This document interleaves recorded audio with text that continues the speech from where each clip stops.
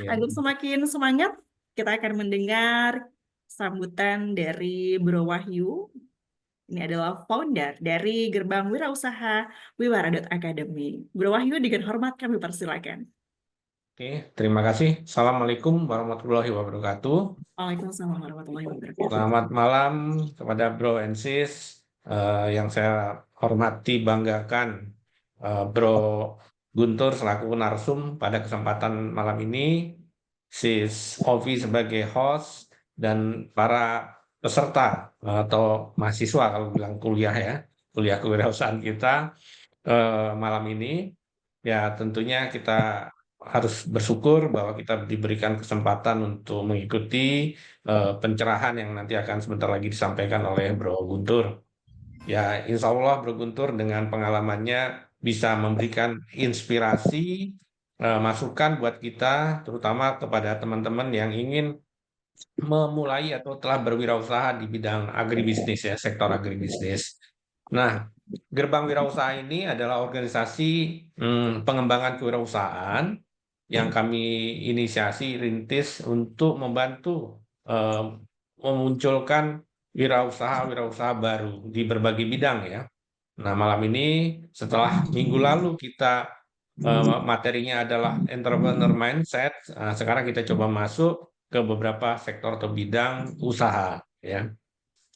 Nah, saya pada kesempatan ini juga ingin kembali mengajak teman-teman untuk bergabung ya. Kami dari Gerbang Wirausaha selain program melakukan kuliah kewirausahaan setiap Rabu malam, kami saat ini sudah meluncurkan platform digital yang kita beri nama gerbangwirausaha.id.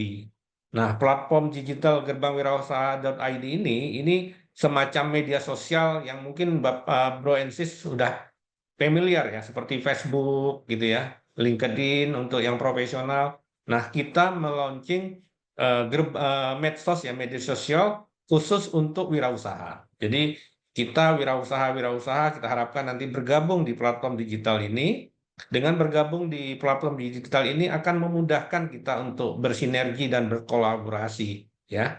Jadi harapan kita ini akan menjadi rujukan ketika ingin berwirausaha, ingin menekuni sebagai wirausaha, gabung di media sosial ini.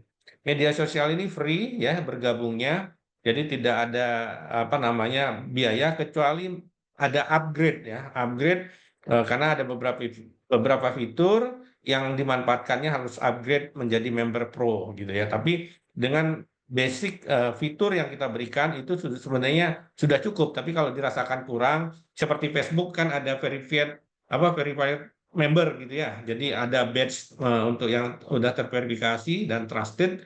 Nah, itu ada harus mengupgrade status keanggotaannya.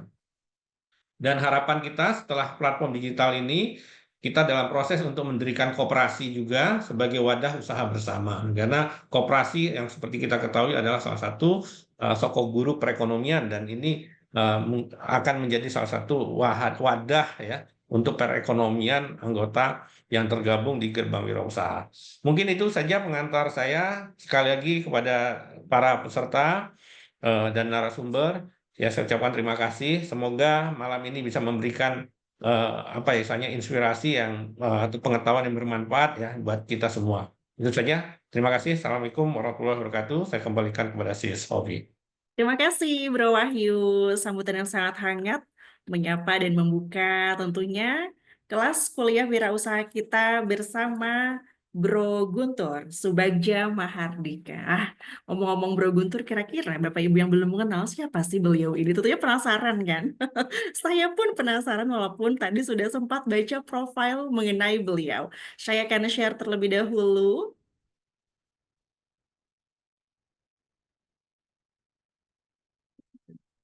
Bentar, ini dia.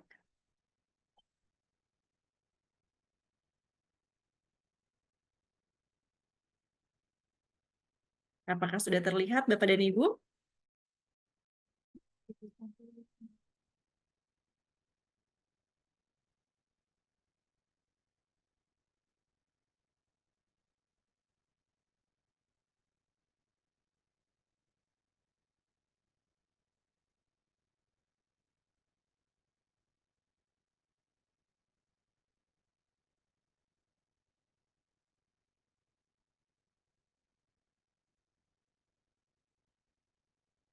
Ya, sudah terlihatkah untuk profil dari Bro Guntur di malam hari ini?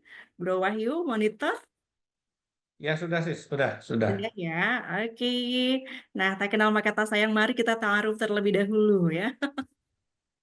Waduh, dahsyat ini Masya Allah.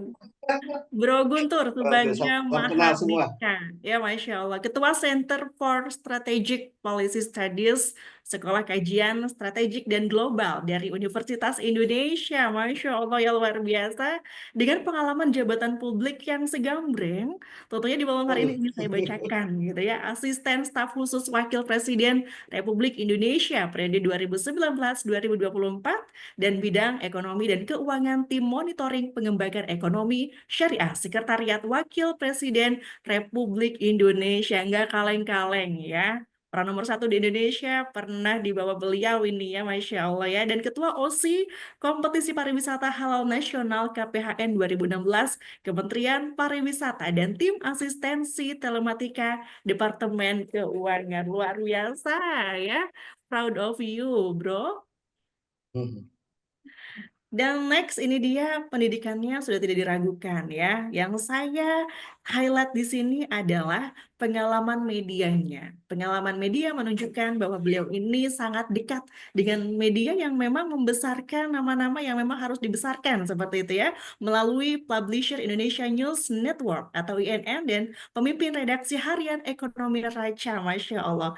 Dan ini yang paling saya suka, Wakil Ketua Umum Iluni Pasca Sarjana UI di 2019-2013 dan juga tentunya kalau kita highlight kembali, ini ada beberapa kompetensi dan keahlian serta aktivitas sosial yang luar biasa, Sekretaris Lembaga Wakaf Majelis Ulama Indonesia dan Wakil Tuh. Ketua Lembaga Wakaf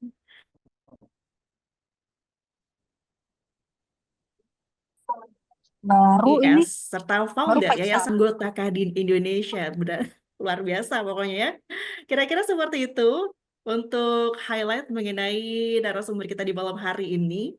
Tentunya pengalaman dari Bro Guntur yang profesional sudah tidak kita ragukan tentunya ya di malam hari ini.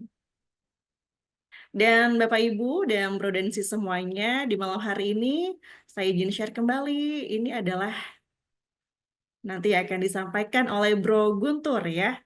Cuan pertanian. Gimana sih malam hari ini pokoknya kita akan membahas tuntas dalam kuliah wirausaha kali ini bagaimana memulai dan mengembangkan usaha di bidang agribisnis dari nol hingga siap panen cuan. Jadi siap-siap, dengarkan, simak materinya dengan baik karena nanti di sesi akhir akan ada tanya jawab bersama Bro Guntur. Bro Guntur, malam hari ini kami persilakan untuk bisa menyapa seluruh partisipan yang sudah bergabung. Dengan hormat kami persilakan. Halo Sis Ovi Halo, selamat dan malam. sahabat saya Bro Wahyu Haryadi ini Bro Ketum yang luar biasa, aktivitasnya sangat banyak dan saya malam ini diperintahkan untuk sharing dengan teman-teman sambil diskusi dan saya juga bukan orang luar di Gerbang Nusantara. Ini Bro Wahyu tuh menugaskan saya sebagai penasehat, jadi saya tugasnya menasehatin, penasehat ketua umum. Siapa? Baik, Sis Ovi. Jadi sesuai yang diminta materi yang kita diskusikan malam ini. Tadi saya nih setelah maghrib coret-coretan beberapa. Nah, jadi coretannya 8 lembar ini sesuai dengan filosofinya Bro Wahyu. Di 8 lembar kita buat beberapa halaman yang terkait dengan tema kuliah umum wirausaha agribisnis. Nah, saya mengambil judul, mungkin tayangannya boleh ditayangkan ya. Judulnya Cuan Pertanian. Karena saat ini orang-orang masih menganggap sektor pertanian ini adalah sektor yang tidak menjanjikan masa depan.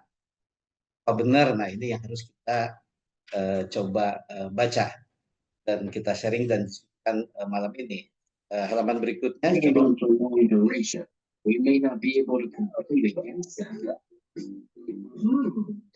Boleh digeser atau sharing saya ya Sis ya, biar kita geser-geser ya. Di take down dulu, saya share file sendiri biar mudah. Oke. Nah, oke, saya coba share ya. biar sambil bisa geser-geser. Nah, mudah-mudahan sudah terlihat. Sudah Belum. terlihat ya? Oke, sudah Bro, silakan. Sudah ya? Oke.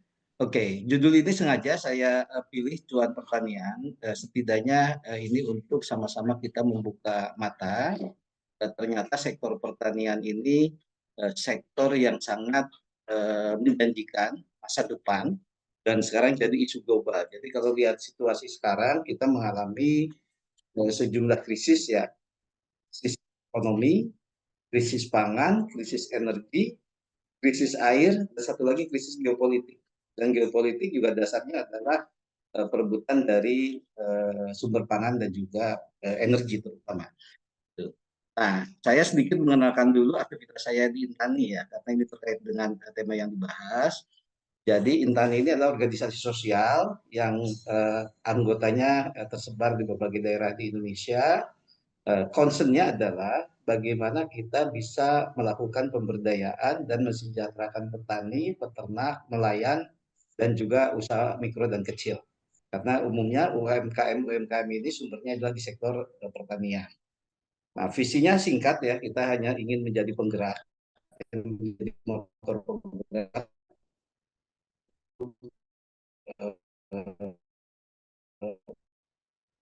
mengembangkan ekonomi rakyat basis pertanian, perikanan, dan visinya membangun mandiri.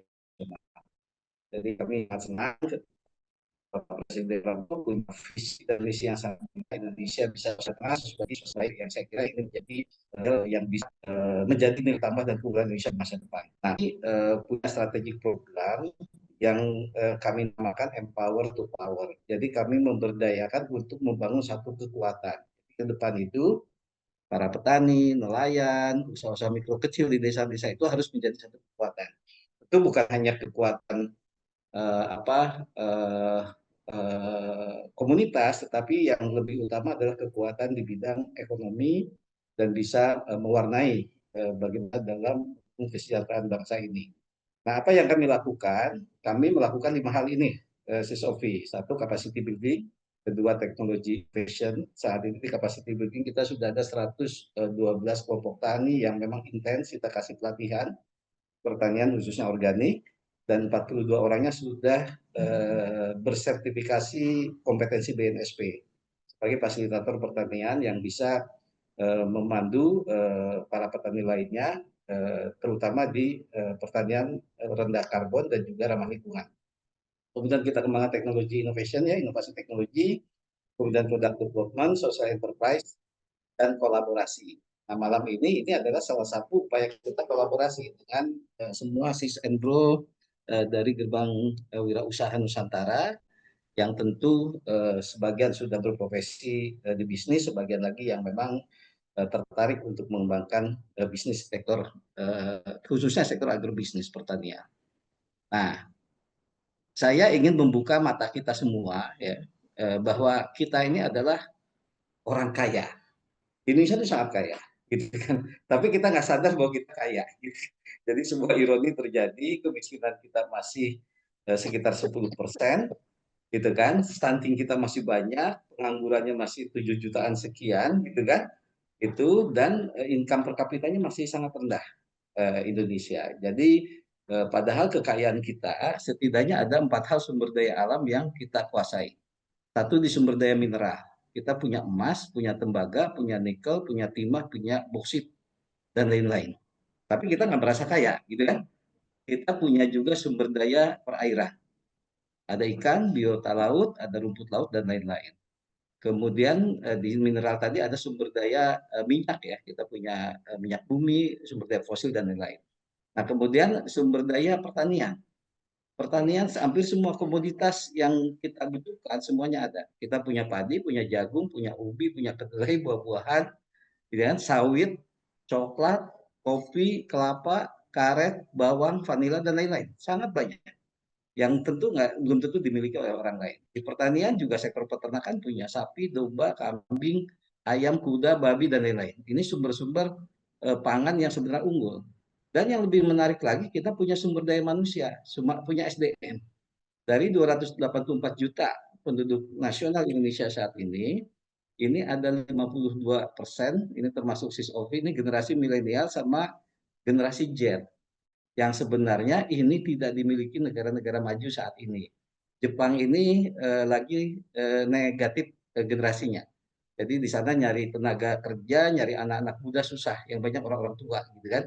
Gitu. Beberapa negara lain juga sama, pertumbuhan generasinya mendekati nol, termasuk juga mungkin China salah satu ancamannya itu. Nah, Indonesia justru punya sumber ini. Nah, dengan penduduk 284 juta, ini juga pasar yang besar. Inilah pasar yang besar. Jadi kita sebenarnya kalau kita bicara dengan sumber-sumber alam kita cukup mengoptimalkan potensi pasar nasional. Ini ada satu kekuatan yang sangat besar. Kelebihannya baru kita ekspor. Nah, saya juga ingin membuka ya ini sebagai insight buat teman-teman. Kita kalau bicara pertanian, itu selalu bicara seakan-akan pertanian itu hanya sumber pangan, sumber untuk makanan. Tapi pertanian itu enggak. Ini saya list ada 8 ladang tuan bertani. Saya sebutnya bertani plus. Apa saja? Satu udah pasti itu di food. Jadi sumber makanan, bahan pangan, minuman, dan lain-lain itu adalah hulunya adalah sumber pertanian. Nah, tapi di industri hilirnya ini adalah ada 7 sektor lainnya. Ingat ada 8. Pertama adalah energi terbarukan. Di saat-saat ini pemerintah dan juga global mengambil kebijakan bahwa energi ke depan harus ramah lingkungan, sektor pertanian adalah peluang yang besar. Itu ada bioetanol, ada biofuel, ada juga biomasa. Ada biomasa. Bahkan negara seperti Brasil itu bahan bakarnya sudah mencapai B100 ya. Jadi biodieselnya itu sudah 100% dari sumber pertanian, tidak lagi menggunakan fosil. Nah, kita punya sumber-sumber ini. Sumber-sumber ini. Jadi sektor pertanian ini juga menjadikan sumber energi. Pertanian juga menjadi sumber-sumber kerajinan yang sekarang ada di UMKM. Nah, pertanian juga menjadi sumber-sumber manufacturing untuk kebutuhan semua perlengkapan, perumahan furniture, rumah tangga, dan lain-lain. Plywood dan lain-lain itu kan sektornya pertanian. Kita bicara pertanian dalam arti luas.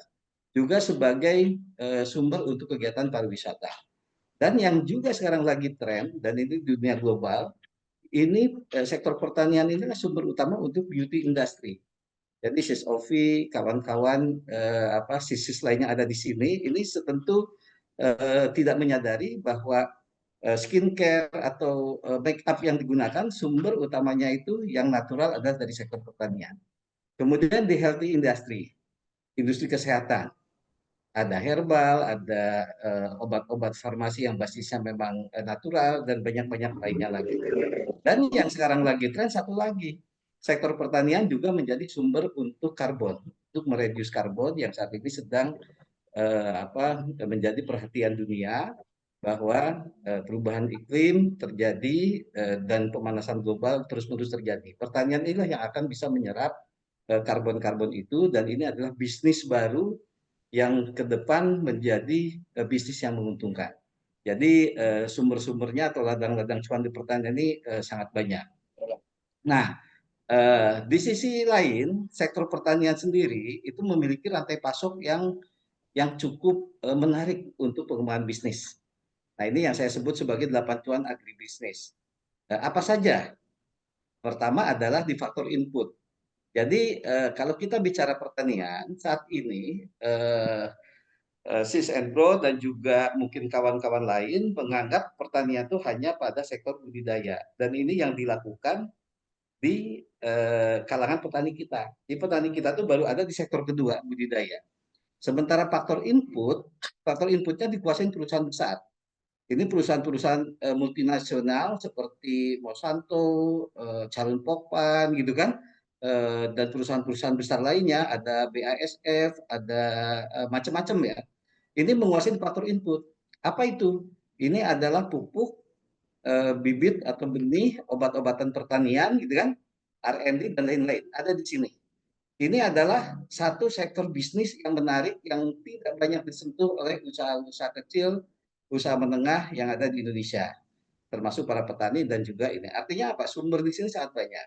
pupuk kita itu bahan bakunya mayoritas impor, tapi kita sebenarnya bisa juga melahirkan satu pupuk yang basis bahan bakunya kearifan lokal, yaitu pupuk-pupuk yang basisnya organik, hayati, dan kita bisa mengembangkan mikroba-mikroba untuk kesuburan pertanian dengan mengembangkan sektor-sektor yang sumbernya dari alam Indonesia. Nah, ini yang sebenarnya harus kita masuk di sini. Nah, saat ini petani belum tahu bagaimana cara masuk ke sini, sehingga mereka sangat tergantung terhadap produsen-produsen yang memproduksi pupuk, benih, obat-obatan, dan lain-lain. Ini satu peluang bisnis sendiri. Nah, kemudian di budidaya. Nah, petani kita, petani di Indonesia ini mayoritas terlibat di budidaya. Dan dia juga tidak punya akses ke pasca panennya. Sehingga mereka hanya bisa menanam, setelah menanam kemudian merawat dan kemudian memanen, setelah itu dia nunggu pembeli. Dia nggak punya akses pasar, dia nggak punya sumber informasi harga di pasar, dia juga nggak punya sumber daya untuk memasarkan sendiri, sehingga ketergantungan terhadap pembeli, apa itu tengkulak gitu ya, apa itu pembeli-pembeli lainnya ini sangat tinggi, dan dia tidak punya posisi tawar dalam harga. Padahal ini adalah salah satu core dari kegiatan pertanian. Jadi pertanian itu salah satu utamanya adalah di budidaya, dan ini yang sekarang dikerjakan oleh lebih dari 40 juta orang petani Indonesia. Nah, akhirnya apa? Di satu sisi bahan bakunya dia harus membeli dari pabrik besar, sementara dia menjual juga harganya ditentukan oleh orang lain. Posisi petani yang terlibat di budidaya ini benar-benar terjepit, sehingga kesejahteraannya mereka tidak bisa meningkat sampai saat ini. Nah, Pak Prabowo kemarin membangun satu kebijakan yang luar biasa ya, menetapkan harga gabah misalnya di padi ya, harga gabah kondisi apapun dibeli dengan harga pembelian pemerintah minimum 6.500. Ini angka yang luar biasa karena sebelumnya setiap panen harganya jauh di bawah itu. Jadi ini satu model yang saya kira perlu kita apresiasi, bahwa pemerintahan Pak Prabowo saat ini sangat concern ke sektor itu, dan Bulog diwajibkan menyerap itu. Namun yang perlu kita pahami, gabah ini kita produksinya 54 juta ton ya per tahun, itu yang diserap Bulog itu hanya sekitar 7-10%. Sisanya siapa yang nyerap? Yaitu perusahaan-perusahaan besar, pabrik-pabrik beras yang punya rice milling unit kemana-mana. Nah, inilah yang sebenarnya harus juga dikendalikan. Nah, alhamdulillah saat ini dengan ada benchmarking harga di Bulog tidak terjadi gejolak harga, dan di para petani harga penjualan gabahnya relatif rata-rata di 6.500. Ada juga yang masih di bawah ya karena akses mungkin ada juga, tapi sebagian besar sudah di harga yang ditetapkan pemerintah. Nah, kemudian di pasca panen ini peluang bisnis juga tersendiri. Jadi para petani kita tidak memiliki, kalau misalnya di padi atau jagung, itu kan tidak memiliki alat untuk pengeringan salah satunya, gitu kan, sehingga mereka juga tergantung kepada yang membeli, harganya lebih murah kalau memang kadar airnya masih sangat tinggi. Nah, bisnis pengeringan dryer ini juga sebenarnya peluang bisnis yang menarik, gitu kan, termasuk juga penggilingan padi. Nah, tapi realitas sekarang di Pantura ini banyak di pantai utara ya, banyak penggilingan padi yang justru bangkrut. Karena apa? Mereka tidak dapat suplai dari petani. Kenapa mereka tidak dapat suplai? Karena selama ini mereka tidak membina ekosistem mulai dari produksi sampai ke penggilingan, bahkan sampai ke pasar. Yang ada mereka pasif menunggu para petani atau tengkulak mengirim gabah yang dibelinya ke pabrik-pabrik beras. Nah, kondisi inilah yang sebenarnya sebagian besar sekarang rice milling unit di Pantura terutama ini memang kondisinya memprihatinkan. Nah, bisnis lainnya adalah gudang. Dulu orang-orang tua kita punya strategi di kampung-kampung itu ada lumbung ya, ada lumbung. Kalau Jawa Barat ada leuit gitu kan. Kemudian ada juga tempat-tempat penyimpanan hasil panen yang sebenarnya ini sangat penting untuk manajemen stok.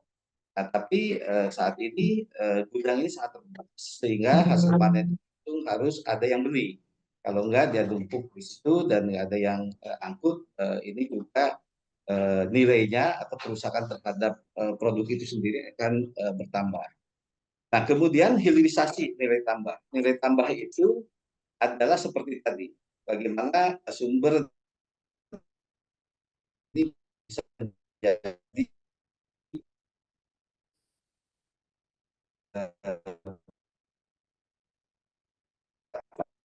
seperti produk kecantikan, bisa menjadi yang tersendiri. Jadi dari 8 juta ini sebenarnya satu peluang yang sangat besar dan UKM-UKM umumnya memiliki banyak terlibat di sektor nilai tambah ini, yaitu dengan produk-produk UKM. Nah, kemudian yang menarik lagi,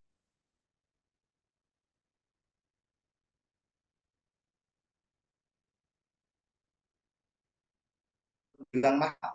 Karena apa? Karena kendaraan mengangkut ketika mereka katakanlah mengangkut gabah atau mengangkut jagung ya dari petani, mereka berangkat dengan kondisi kosong. Sehingga mereka harus mengeluarkan biaya dua kali.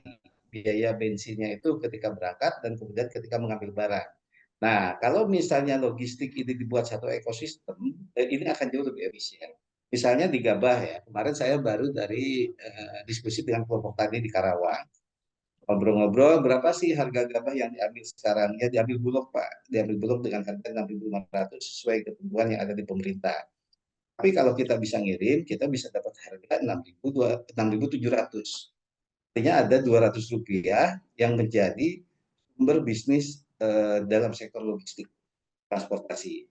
Artinya ada peluang nih di sektor logistik kalau kita bisa bekerja sama dengan kelompok tani, dengan bulog, dengan apa bisa membantu untuk transportasi dan menjadi peluang bisnis. Sekali ngirim kalau dari satu kecamatan ke kota ke Gunung Bulog satu kali angkut truk ya katakan kalau 8 ton gitu ya. 8 ton kali 200 kan 1.600.000. Mungkin modalnya cuma 600 gitu kan, tapi 1 juta adalah satu keuntungan. Kalau sehari bisa 5 kali itu adalah satu bisnis yang lumayan. Nah, kemudian adalah teknologi. Teknologi pertanian juga sangat menarik. Jadi, kalau kita datang ke desa-desa, para petani sekarang itu kan kesulitan mendapatkan tenaga kerja karena regenerasi petani kita terancam ya, pertumbuhannya minus, sehingga tenaga-tenaga kerja ini semakin hari makin berkurang. Nah, akhirnya apa? Dengan perkembangan teknologi, berkembanglah alat-alat mesin pertanian. Itu harga sewa alat pertanian seperti combine harvester ya, alat panen, itu per hektar bisa mencapai 3 juta rupiah. 3 juta rupiah itu kalau dengan combine harvester yang besar, itu bisa dikerjakan cuma 1 jam.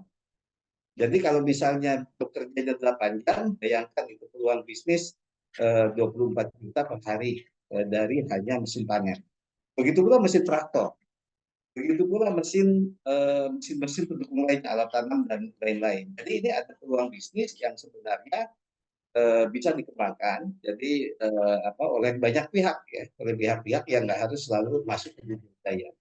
Nah kemudian teknologi juga terkait dengan teknologi pertanian. Saat ini kalau untuk lahan-lahan luas, untuk penanaman, untuk penyiraman, untuk penebaran pupuk, ini sudah bisa menggunakan drone ya gitu. Begitu pula dengan teknologi IoT, tentu ini juga akan memudahkan para petani dalam memanage misalnya kapan harus menyiram, bagaimana cara memonitoringnya dan lain-lain gitu. Nah, satu lagi adalah di sektor pemasaran. Jadi kalau kita bicara pertanian, nah semuanya harus berpikir kita harus turun ke sawah. Kita bisa memasarkan produk-produk yang ada di sekitar kita. Bahkan kalau kita bisa memasarkan, mungkin tidak perlu modal. Nah, seperti disampaikan tadi di Ketua Umum Gerbang Wirausaha, optimalkan aja sosial media untuk memasarkan komunitas-komunitas yang ada di sekitar kita. Kita bantu para petani berjuang. Nah, tentu di situ kan akan ada margin yang bisa diperoleh. Jadi peluang bisnis sektor pertanian ini sangat besar. Selain 7 sektor ada satu sektor yang itu sektor pemasaran. Ini sektor yang relatif bisa dilakukan tanpa harus kita memiliki modal. Karena banyak sarana sekarang platform yang bisa dimanfaatkan untuk memasarkan produk-produk pertanian. Nah, Ini yang sebenarnya saya ingin sharing. Jadi saya sengaja nggak panjang ya menyampaikan paparan ini, sehingga saya ingin memancing lah diskusi siapa sih yang sekarang masih melihat bahwa sektor pertanian itu bukan peluang bisnis yang menjanjikan. Ya, kalau kita melihat tadi banyak hal yang bisa dilakukan dan itu adalah prospek bisnis yang saat ini justru melahirkan orang-orang terkaya di dunia. Jadi kalau kita lihat di majalah Forbes gitu ya, 10 orang terkaya dari Indonesia itu umumnya adalah pengusaha-pengusaha yang memiliki perusahaan besar di sektor pertanian, khususnya perkebunan. Salah satunya adalah perkebunan sawit. Jadi bisnis ini adalah bisnis yang menjanjikan masa depan, sehingga kita generasi muda saatnya lah kita terjun ke pertanian. Bertani tidak perlu harus turun ke sawah, jadi kita bisa berbagi tugas. Ada juga yang harus turun ke sawah, tapi juga kita bisa memanfaatkan teknologi. Bagaimana sektor-sektor 8 sektor tadi bisa menjadi peluang bisnis tersendiri yang bisa kita lakukan. Mungkin itu sih Ovi buat pengantar diskusi malam ini. Ini yang dicoret-coret tadi setelah maghrib gitu kan. Jadi setidaknya ada handout yang bisa disaring dengan teman-teman. Terima kasih. Terima kasih untuk Bro Guntur Subagja Mahardika. Wow ya, saya mendengarkan begitu semangat, mendapatkan input yang luar biasa. 8 cuan agribisnis yang tadi saya highlight adalah mengenai bagaimana inputnya, budidaya, pasca panen, gudang, nilai tambah dan logistik, serta teknologi dan bagaimana sistem pemasarannya. Nah, kita di kesempatan kali ini akan membuka sesi tanya jawab. Jadi tentunya karena kita sudah menghadirkan pakar yang sangat paham mengenai agribisnis bagi Bro dan Sis yang ingin bertanya agar semakin jelas, agar semakin mantap dalam melangkah membuka peluang agribisnis ini. Dengan hormat kami persilakan untuk nanti bisa tulis di kolom chat seperti itu. Dan jangan lupa juga di sini kita punya satu informasi untuk Bro dan Sis semua. Jadi silakan bisa dibuka juga atau juga bisa dilihat begitu ya bahwa kita memiliki platform untuk digital kuliah kewirausahaan ini di www.gerbangwirausaha.id. Monggo yang ingin bertanya silakan agar semakin jelas begitu ya perkuliahan kita mengenai kewirausahaan agribisnis di malam hari ini.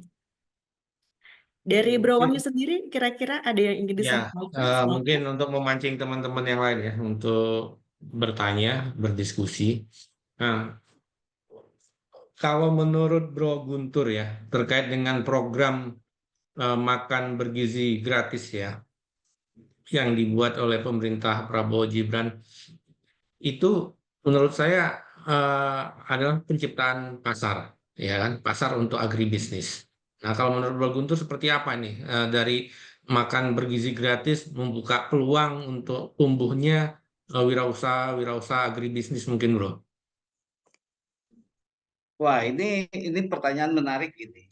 Sangat-sangat menarik dan saya sepakat dengan Bro Ketum ya, bahwa MBG ini adalah satu ekosistem yang market driven. Jadi bagaimana menciptakan pasar dan hulunya itu adalah ekosistem pertanian. Bayangkan kalau satu unit layanan dapur saat ini melayani 3.000 porsi makanan setiap hari. Setidaknya itu butuh 3.000 butir telur tiap hari, gitu kan? Kemudian hari besoknya butuh 3.000 potong ayam, berikutnya dilengkapi dengan 3.000 pisang misalnya kan, kemudian sayuran, beras sudah pasti gitu ya, dan lain-lain. Jadi ini adalah satu peluang usaha yang besar di mana marketnya kita sangat terbuka ya, sangat terbuka, dan itu basisnya adalah desa. Karena konsep dasarnya juga adalah bagaimana kebutuhan MBG ini bisa disuplai oleh para petani dan UMKM lokal. UMKM lokal. Produknya pun harus lokal. Jadi ini adalah peluang besar. Jadi kalau kita para petani bisa melalui koperasi misalnya bekerja sama dengan BGN atau unit-unit layanan, ini adalah salah satu peluang besar. Tadi kawan saya juga sama, dia dari Lampung, dia komunikasi, banyak pesanan pisang katanya kan untuk program makan bergizi gratis.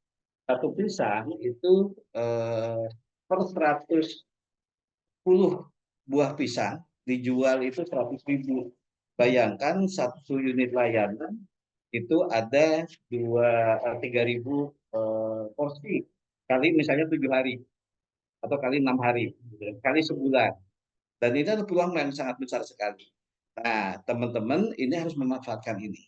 Dan kebijakan pemerintah dengan membatasi impor ini kebijakan yang luar biasa. Sehingga saat ini produk-produk pertanian ini memiliki potensi yang besar. Nah, saya juga sedikit menambahkan, ketika ada perang tarif misalnya yang dilakukan kebijakan oleh Presiden Trump di Amerika, negara-negara seperti Thailand, Vietnam ini memiliki terdampak sangat besar. Karena apa? Karena produksi pertanian mereka, serapan dalam negerinya juga kurang. Penduduknya sedikit, gitu kan? Itu. Nah, Indonesia sebenarnya fokus aja untuk memasarkan produk di dalam negeri, tapi mengurangi, bahkan bisa meningkatkan impor. Pasar kita ini sangat besar. Sangat besar. Kita ini produsen padi terbesar nomor 3.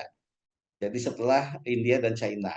Tapi karena pasar kita besar, ya kita kemarin sempat defisit. Tapi dengan kebijakan saat ini sangat luar biasa, kita apresiasi pemerintah ya, Prabowo Gibran sukses menjadikan surplus 3 juta ton. Jadi sekarang ini produksi gabah kita sekitar 54 juta, kalau dibuat beras itu sekitar 33 juta ton. Nah, konsumsi masyarakat Indonesia rata-rata itu 100 kilogram per tahun.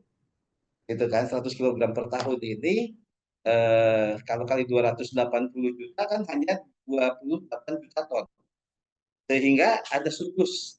Ada surplus sekitar 3 sampai 4 juta ton, dan ini surplus ini kalau kita dijadikan cadangan nasional, ini adalah satu kekuatan yang besar.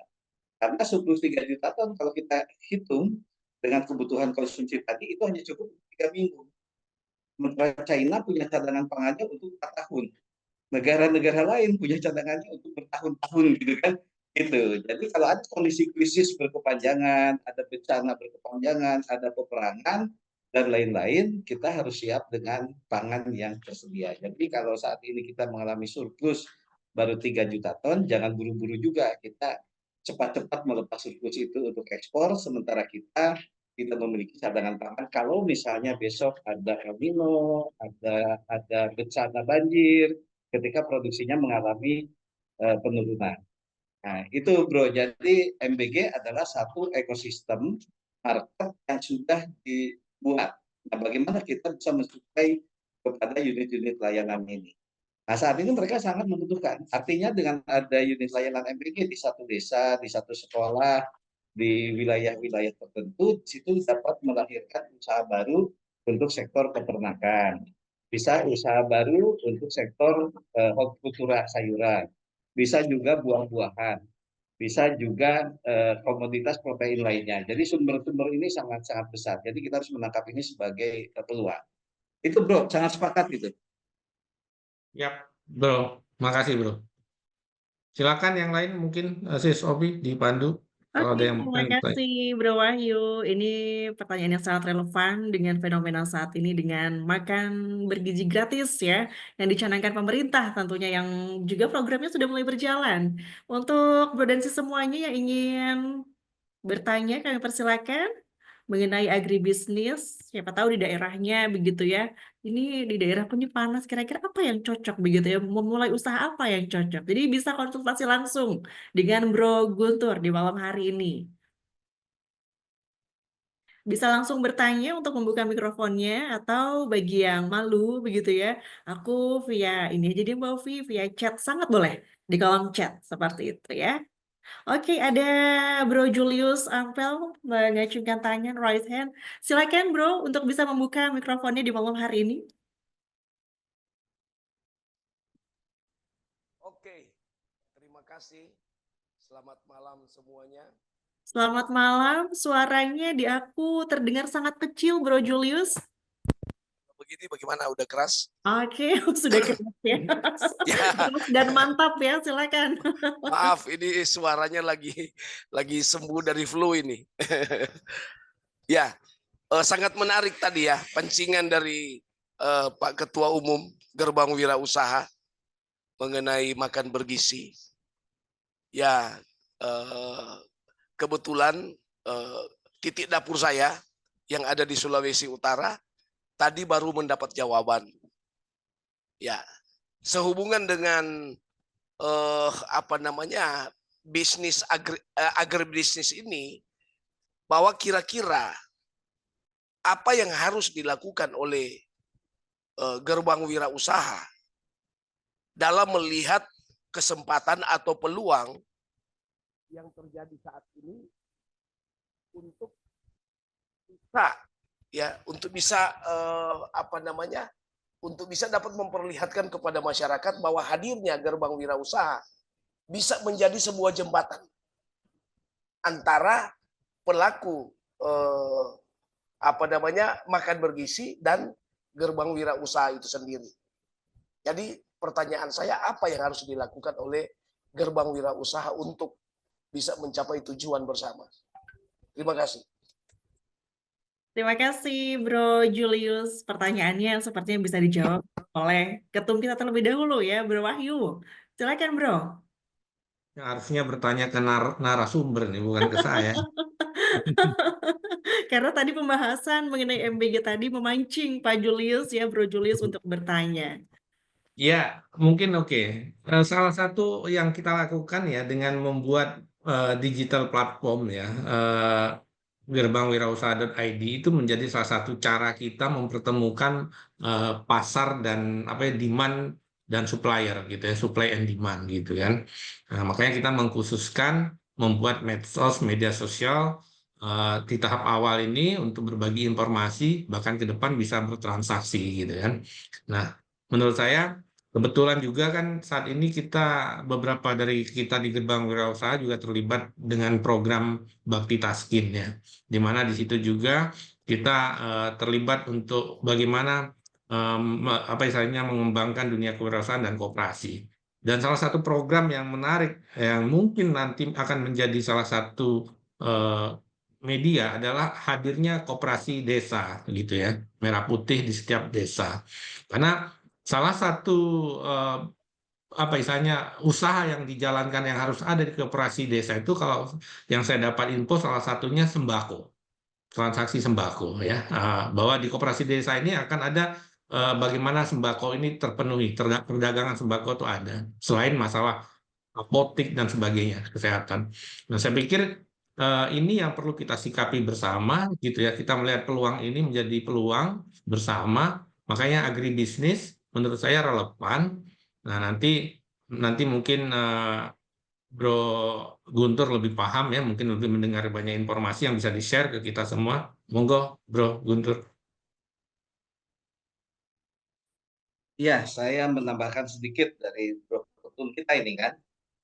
Jadi benar sekali, ini adalah satu ekosistem yang bisa melahirkan banyak peluang ya bagi UKM-UKM yang ada di daerah-daerah. Dan saat ini memang belum banyak UKM menangkap peluang ini. Nah, salah satunya apa? Salah satunya mereka belum siap. Jadi kalau kita lihat entrepreneur kita ini, apalagi yang muda-muda di perkotaan ini, bagian besar itu adalah para pengusaha yang saat ini mungkin lebih banyak rekanan. Jadi biasa mendapatkan di daerah ini proyek-proyek dari pemerintah. Ketika dia harus meng-create sesuatu gitu kan dengan ekosistem, misalnya untuk menjadi supplier pada unit layanan, ini mereka tidak memiliki akses. Jadi ya tadi itu betul sekali, disiapkan tools-nya, disiapkan fasilitasnya, platformnya, bagaimana mempertemukan para supplier atau produsen, para petani dengan pasar. Dan tentu ini perlu perantara, karena kalau petani menjual langsung ke unit layanan, mereka harus meninggalkan sawahnya.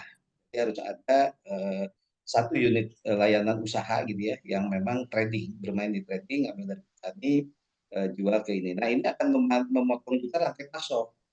rantai pasoknya terpotong banyak sehingga harganya itu kompetitif. Harga di petaninya bisa tinggi, harga beli di unit layanan itu jauh lebih murah ketimbang misalnya beli di pasar karena pasar udah melalui tahapan-tahapan beberapa level tadi. Nah, pola inilah yang sudah harus dikembangkan. Jadi ini sangat sangat menarik usulan Pak Julius ya, bagaimana gerbang wirausaha juga bisa menjalin kerjasama dengan PGN dan juga dengan unit-unit layanan, terutama perwakilan-perwakilan di daerah. Karena eksekusinya ini ada di daerah. Kalau kita sekarang mensuplai satu komoditas dari daerah tertentu, katakanlah dari Sumatera atau Sulawesi, itu kurang kompetitif karena biaya kirimnya mahal. Nah, bagaimana kita menumbuhkan usaha-usaha baru di Sulawesi Utara? Sulawesi Utara itu mungkin sumber ikannya tinggi, ya mungkin unit layanan dapurnya Pak Julius yang baru disetujui tadi itu adalah sumber protein ikan gitu ya. Ini sangat luar biasa gitu kan. Gitu. Ada Dan di sih. sana juga banyak sumber-sumber yang punya nutrisi Saya tinggi. dengan Jawanda.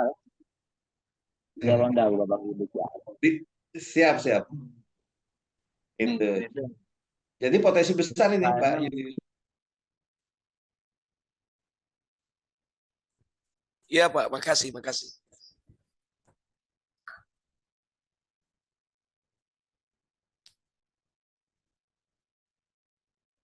Belum untuk commute itu. Pak Julius sudah efektif dapurnya di Sumatera Utara ya, di Sulawesi Utara ya. Sulawesi Utara, kalau dapur sudah mencapai 90%, Oke. sekarang tinggal sisa memperlengkapi karena Oke. rencananya tim survei verifikator akhir itu nanti tanggal 4 Juni. Semoga lancar Iya. semua ya Pak. Dan Iya, Bapak Pak. sudah nggak kesulitan, sudah bermitra dengan mitra-mitra untuk suplai ya Pak ya. Iya. Nah, dan Untuk ini mitra peluang untuk mitra-mitra lokal ini keren sekali ini. Keren, sukses Pak. Iya, baik. Terima kasih. Ya. Siap. Terima kasih Bro Julius untuk pertanyaannya. Terjawab sudah ya Bro Julius ya? Iya. Kalau misalkan masih Terjawab. ingin bertanya, kita sangat tunggu ya. Nanti Iya. bisa raise hand kembali. Terima Ya, kasih. yang lain dulu.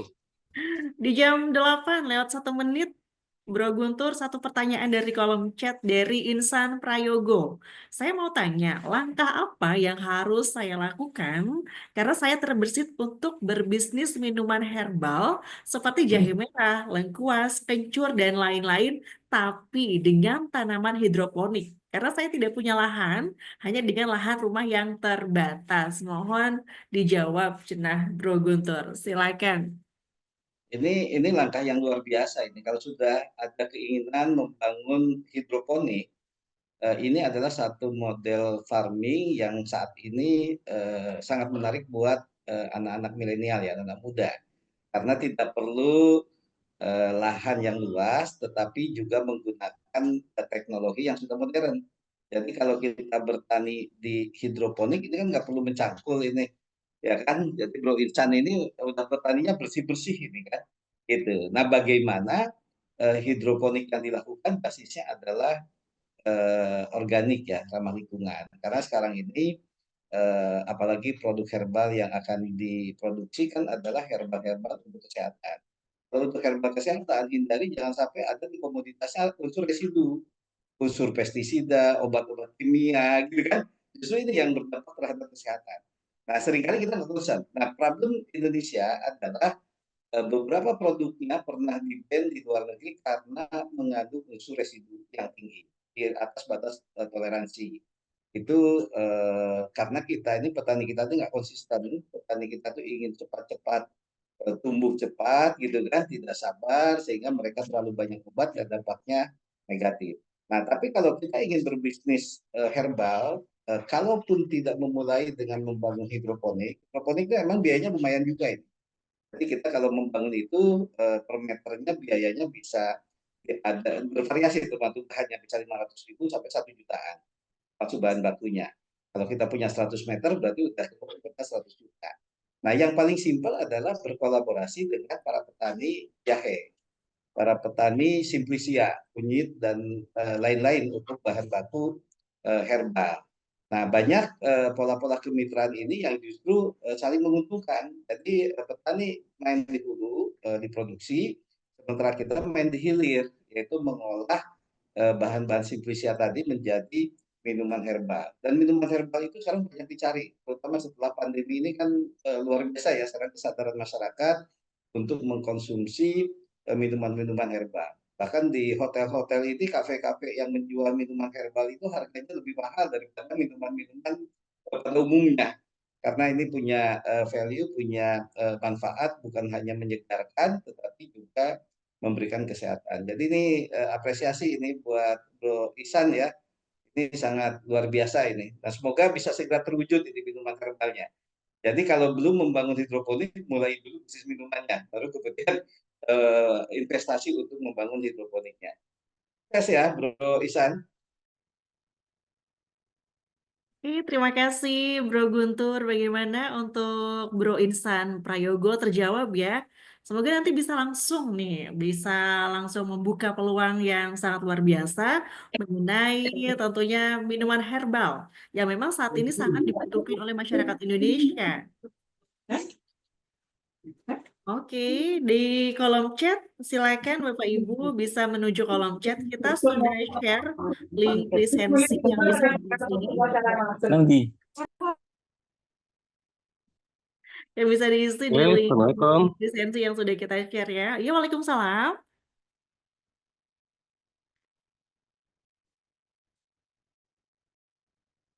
Oke, siap. Sekali lagi, Bro dan Sis, kami ingatkan di kolom chat kita sudah men-share untuk link lisensi yang bisa diisi sebagai database kami tentunya agar nanti Bapak dan Ibu bisa bergabung menjadi anggota dari kuliah kewirausahaan ini. Dan Bro Guntur, ini satu pertanyaan kembali ya, bisa kita lihat di kolom chat dari Dimas Firdianto. Izin bertanya, menurut Bapak, Indonesia kapan dapat menyusul implementasi teknologi di sektor agri secara massal? Mengingat Indonesia sangat tertinggal dalam praktik teknologinya dengan negara lain, seperti China dan juga Vietnam. Dan apakah implementasi ini dapat membuat harga pangan terkendali stabil? Bro Guntur, silakan. Oke, ini dari Bro siapa tadi? Bro Coba saya lihat. Dimas Oh, Dimas Firdian. ya.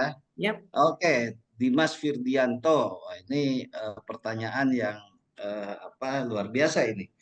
Jadi ini yang menarik, Bro. Jadi kita seringkali mendefinisikan teknologi itu harus selalu teknologi modern. Jadi kita juga harus menyesuaikan dengan kondisi yang ada realita di lapangan kita.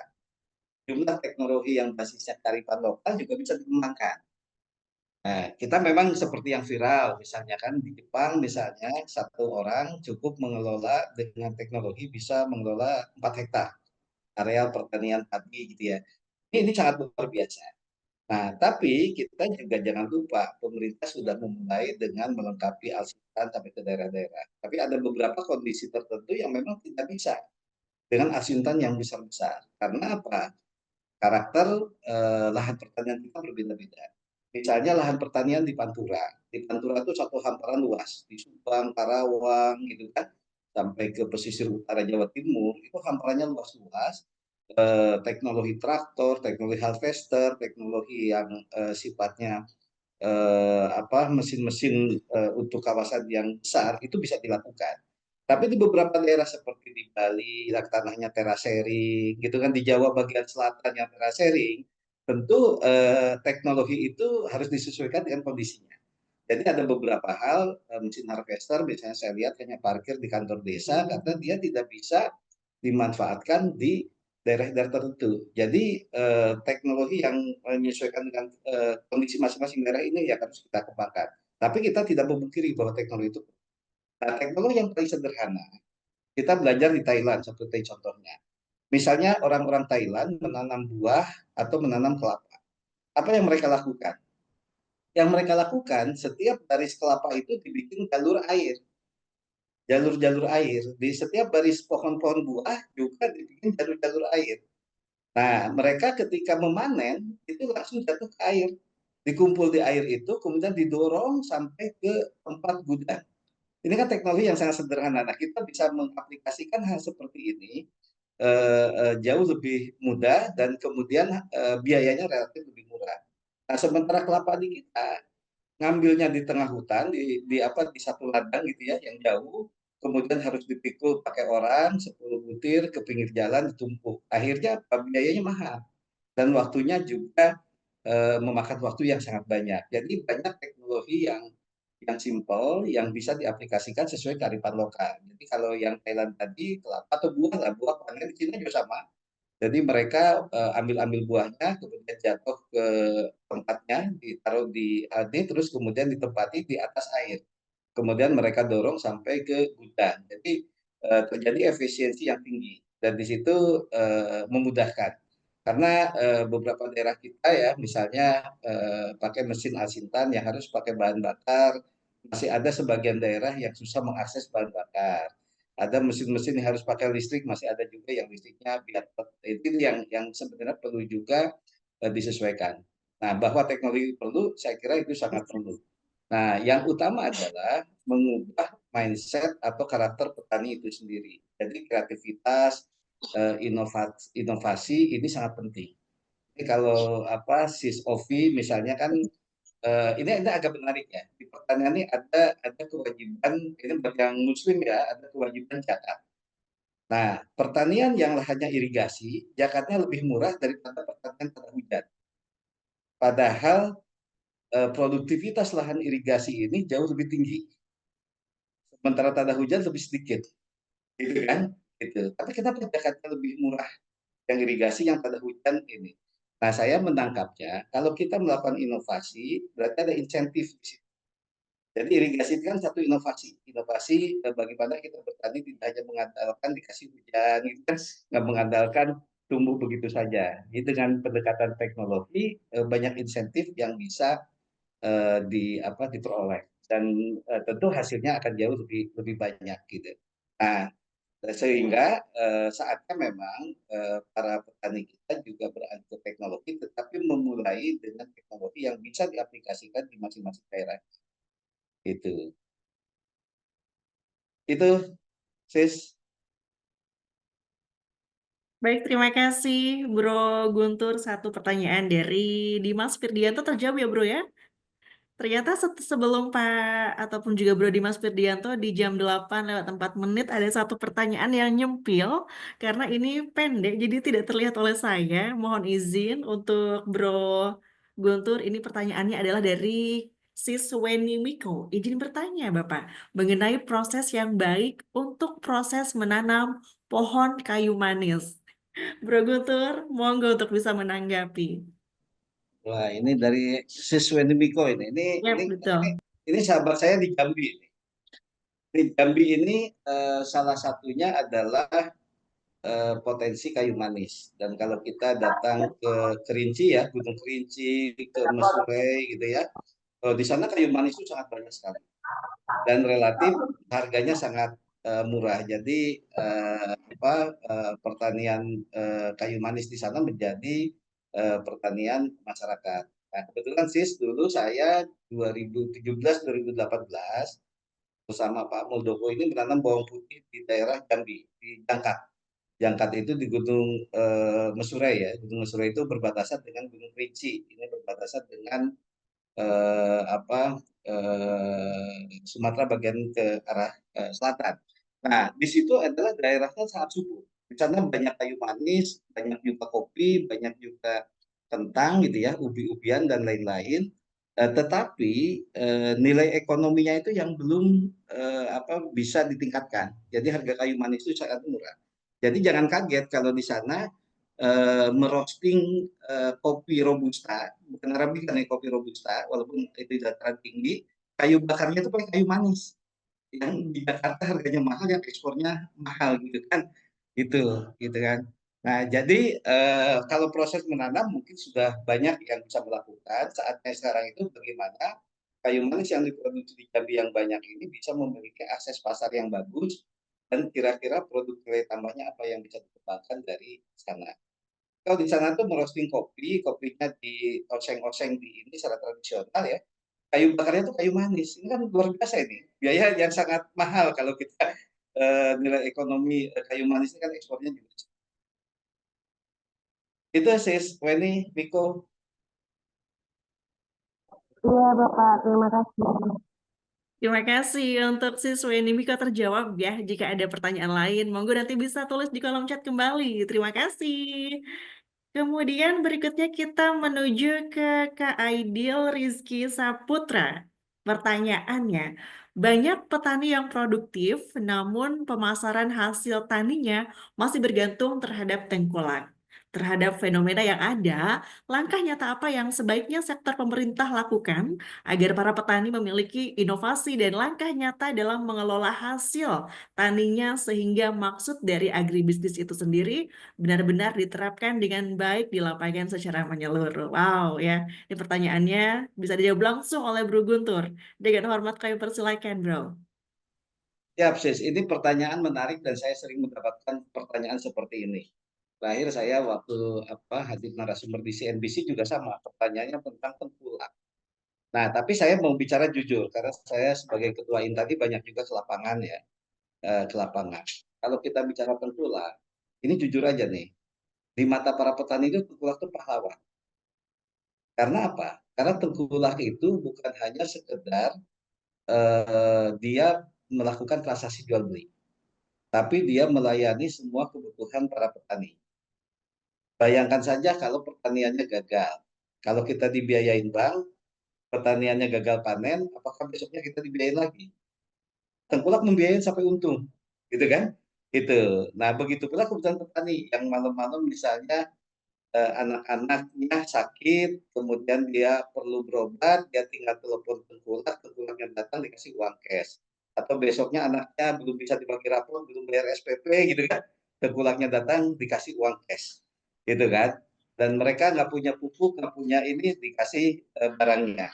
Nah, yang persoalan adalah satu adalah payoff-an nilai dari sumber dana yang diperoleh tengkulaknya sangat tinggi, gitu kan? Nah, kalau saya ini usulan gitu ya ke pemerintah, bagaimana kalau para tengkulak ini kita jadikan ujung tombak untuk financial inclusion, karena mereka sudah punya jejaring sampai ke petani dan mereka sudah memiliki prinsip know your customer lebih detail. Jadi semua customer-nya dia tahu datanya gitu kan, tahu datanya. Nah, kalau misalnya menjadi ujung tombak pemerintah di sektor financial inclusion, sumber pendanaan yang disalurkan lewat tengkulak ini sumber pendanaan yang murah. Misalnya bunganya atau marginnya 3% gitu kan, di lending ke petani cukup 5%, tengkulak dapat margin 2%, gitu kan? Gitu. Nah, karena saat ini sumber pendanaannya mungkin dari rentenir yang sudah nilainya 16%, 20%, 30%, akhirnya dijual ke petaninya mahal juga. Itu. Nah, jadi di satu sisi bagi sebagian orang itu dianggap ancaman. Tapi kalau kita ngobrol ke petani, mereka pahlawan buat para petani. Nah, ini seharusnya kita jadikan sebagai ujung tombak untuk financial inclusion dan juga untuk jejaring pasar produk pertanian dari desa ke sumber-sumber yang ada misalnya di kota. Jadi ini bisa dijadikan. Nah, mudah-mudahan dengan nanti ada koperasi merah putih gitu ya, persoalan-persoalan kebutuhan finansial dari para petani ini bisa diatasi oleh koperasi, gitu kan? Nah, atau memang koperasinya bisa berkolaborasi dengan para tengkulak yang kemudian dibuatin satu sistem aplikasi sehingga mereka termonitor dan terdata dengan baik. Kalau perlu uangnya pun tidak cash gitu ya, petani juga transaksi bisa dengan aplikasi tersebut. Ini mungkin salah satu cara yang efektif dan efisien. Gitu. Jadi ketika kita melihat tengkulak, memang kita perlu melihat kedua sisi. Di satu sisi mereka melakukan hal yang tidak dilakukan perbankan. Perbankan itu saat ini ya buka hanya jam 8 sampai jam 5 sore. Ya kan? Pada jam tersebut para petani ada di sawah. Gitu kan, ada di sawah. Jadi kalau mereka datang ke bank, tambah antri 2 jam, tambah lagi di sana perjalanan ke banknya butuh waktu dan biaya gitu ya. Itu sudah memakan waktu banyak. Memakan waktu banyak, mereka harus meninggalkan ladangnya yang harus mereka rawat. Nah, sementara tengkulak polanya terbalik. Mereka yang datang ke petani. Jadi dia benar-benar punya layanan yang luar biasa, datang langsung ke konsumen. Cuma memang ada problem yang terbesar adalah kalau si petaninya pinjam, harganya mahal ya, bunganya mahal, dan kalau petani menjual ke tengkulak, harganya pun murah. Karena apa? Karena bisa jadi sumber dana dari tengkulak itu cost of fund-nya tinggi, biaya bunganya, biaya dananya tinggi, dan bisa jadi juga rantai pasoknya panjang. Jadi misalnya tengkulak ini mensuplai ke pabrik beras, tapi dia melalui beberapa tahapan, tahapan dari tengkulak kampung, masuk ke tengkulak kecamatan, desa, kecamatan, baru nyampe ke pabrik. Kalau di masing-masing ngambil margin 5% kan akhirnya cost-nya jadi mahal, gitu kan? Itu. Nah, ini mungkin salah satu alternatif ya, bagaimana tengkulak ini dibangun satu sistem menjadi jejaring untuk financial inclusion, kemudian diedukasi, tapi basisnya harus dengan teknologi. Kalau basisnya teknologi, pola monitoring dan implementasinya mungkin jauh lebih mudah. Itu sis, ini mungkin agak sedikit nyeleneh kok. Kalau ketua intannya memang melihatnya dua-duanya ini. Ada dua sisi gitu kan. Jadi nggak selalu tengkulak itu hal yang buruk gitu. Ada beberapa hal banyak yang baiknya juga gitu ya. Nah, tinggal bagaimana solusinya. Tadi saya sudah usulkan satu solusi dijadikan ujung tombak untuk financial inclusion yang bisa menembus langsung para petani dan memenuhi kebutuhan para petani. Itu sis. Oke, terima kasih Bro Guntur. Wow, di kolom chat semakin banyak ini yang bertanya. Namun sebelum nanti saya bacakan satu persatu pertanyaan dari Bro Donsis, saya ingatkan kembali, kita sudah kembali men-share untuk link lisensi atau daftar hadir yang sudah kita share di kolom chat. Silakan, kita baru saja men-share di pukul 8 lewat 18 menit ya. Yang sudah mengisi boleh langsung bilang, aku sudah mau Vi, aku sudah bro, aku sudah sis. Sangat boleh seperti itu ya, memberikan reaksinya. Baik, setelah tadi Kak Aidil terjawab pertanyaannya oleh Bro Guntur, ini berikutnya saya akan baca sesuai dengan urutan pertanyaan yang masuk ya. Dari awal sampai akhir. Dari Madali Bumi Nusantara, Bro Guntur, satu pertanyaan kembali. Selamat malam, izin bertanya. Kami berencana melakukan kemitraan budidaya, namun kami melihat bahwa di daerah gangguan keamanan atau ormas mengganggu kelangsungan budidaya dan menambah cost. Bagaimana kita menyikapinya? Terima kasih. Bro Guntur, silakan. Ya, ini Bro Madali ya, Madali Bumi Nusantara. Betul. Ini pertanyaannya agak-agak mengerikan. banget naik Luar Iya, biasa ya. iya. Nah, ini yang sekarang menjadi concern pemerintah dan aparat keamanan kita ya. Jadi kita dukung pemerintah yang sedang menertibkan ormas-ormas karena memang ada beberapa atau ada oknum ormas-ormas tertentu yang di satu sisi melahirkan satu iklim yang tidak kondusif untuk investasi investor-investor dan lain-lain. Nah, di sisi lain juga banyak hal yang terjadi di daerah seperti yang tadi dialami oleh Madani Nusantara ini kan, Madani Nusantara banyak hal yang ini. Nah, kenapa ini terjadi? Mungkin faktor fundamentalnya adalah satu, kalau tentang ormasnya sendiri kan kita ini negara yang menganut ajas hukum ya, artinya pendirian ormas, pendirian lembaga-lembaga swasembada masyarakat dan lain-lain itu adalah hak warga negara yang dilindungi oleh perundangan. Nah, tapi ketika ormas itu melanggar hukum, mengganggu ketertiban, tentu pemerintah juga harus menegakkan dan menindak yang telah mengganggu ketertiban masyarakat tadi.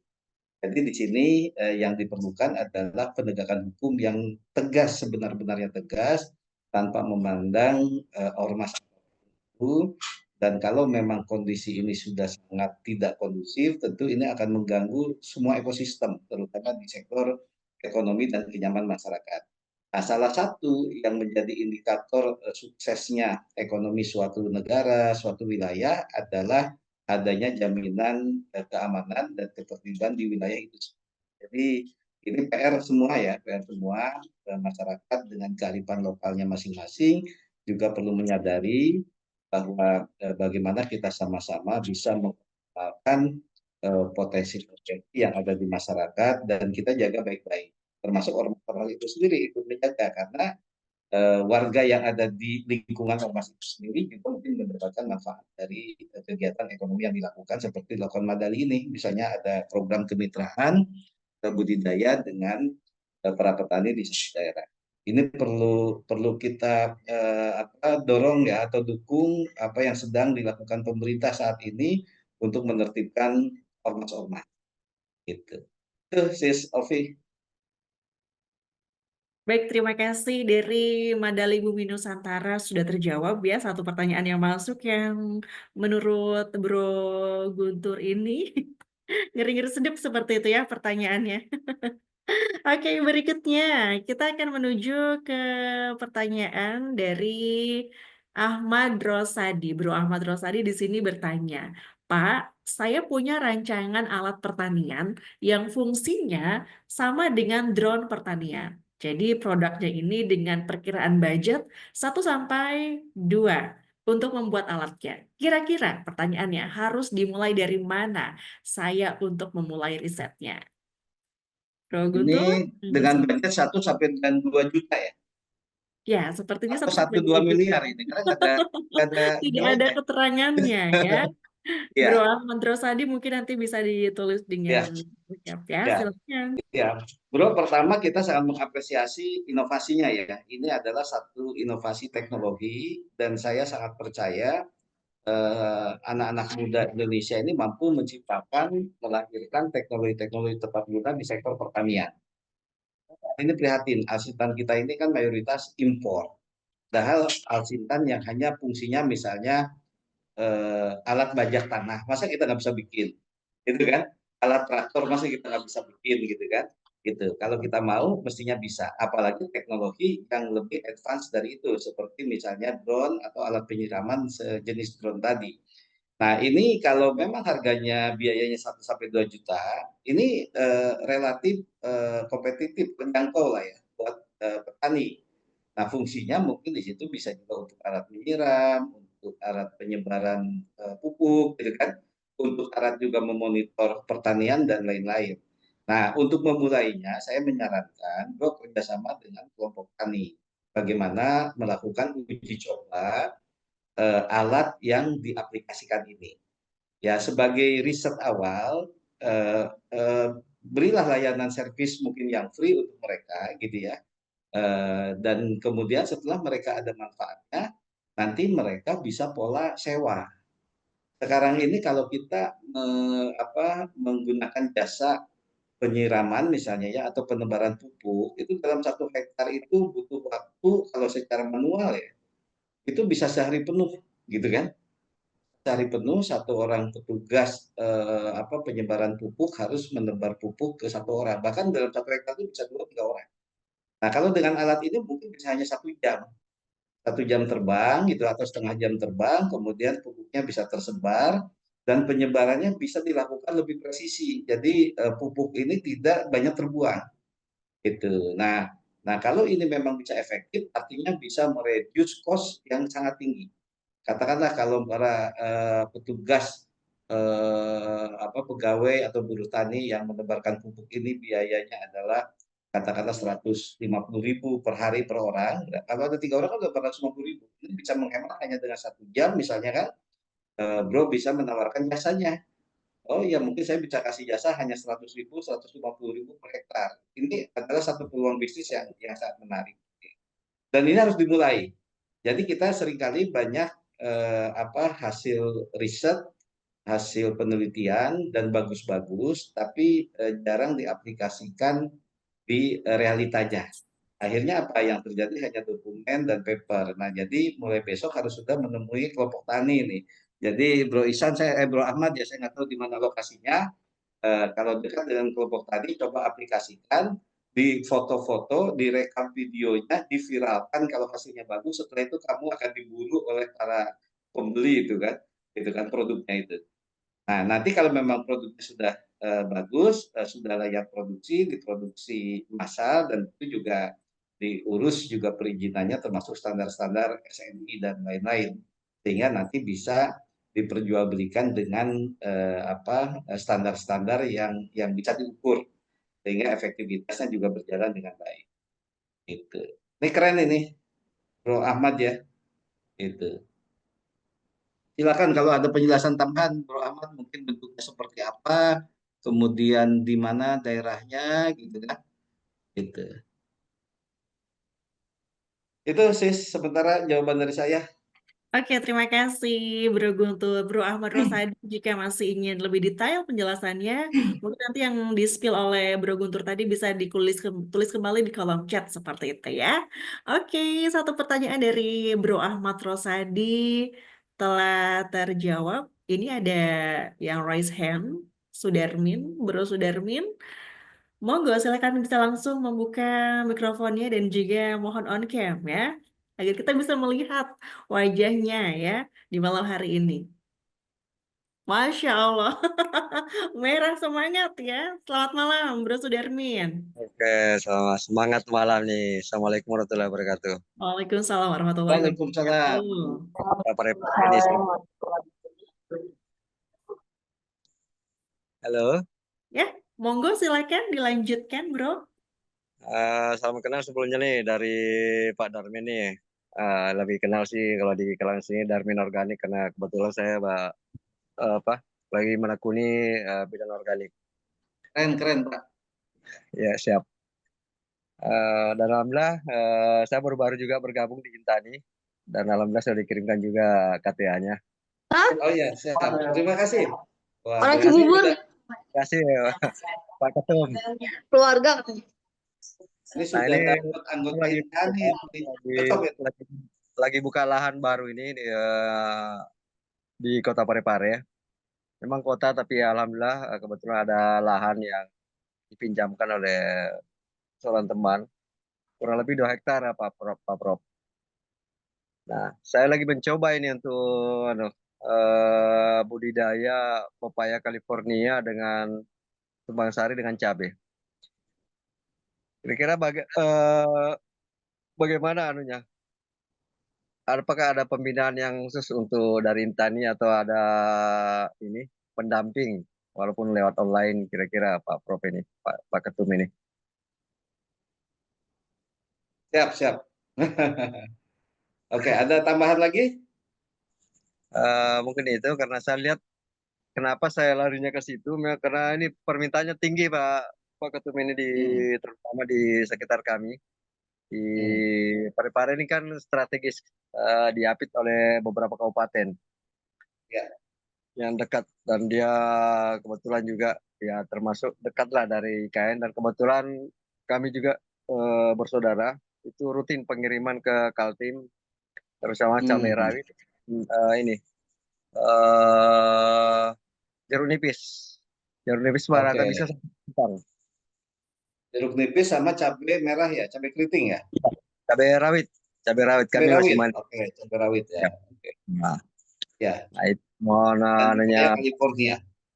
Iya, California untuk pasaran lokal sampai Makassar lah. Ya. Alhamdulillah. Nah. Keren Pak Darmin ini. Iya, ini mau coba bawa